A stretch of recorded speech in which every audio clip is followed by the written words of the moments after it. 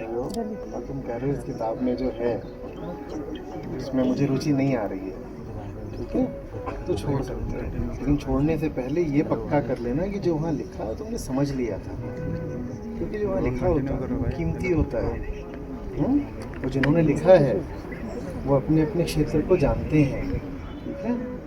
अब मैंने जो लिखा है वो समझा ही नहीं और कह दिया कि मेरा इसमें इंटरेस्ट नहीं है, तो ये तो गड़बड़ बात हो गई ना, ये बेईमानी हो जाती है। जो लिखा है वो समझ लो, उसके बाद तुमको लगता है कि ये बात अगर नहीं माननी या नहीं सुननी या आगे और नहीं जानना तो फिर छोड़ दो, पर पहले समझ तो लो कि उसमें क्या लिखा है, ठीक है। जैसे आप जब खेलने जाते हो, कुछ भी खेल रहे हो तो उसके रूल्स तो पहले समझते हो ना। सोचो आप कोई मैच देख रहे हो किसी ऐसे स्पोर्ट का जिसको आप जानते ही नहीं, और फिर आप कह रहे हो मेरा इसमें इंटरेस्ट नहीं आ रहा। इंटरेस्ट कैसे आएगा, तुम्हें तो उसके रूल्स ही नहीं पता।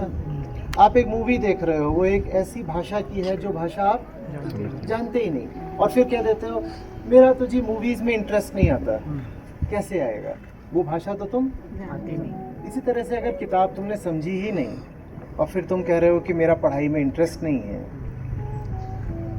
ये क्या बात हुई। समझ लो, समझने के बाद अगर कहोगे कि समझा और बात बेकार लगी, कुछ नहीं है दम इसमें, मुझे कुछ और देखना है, तो फिर ठीक है।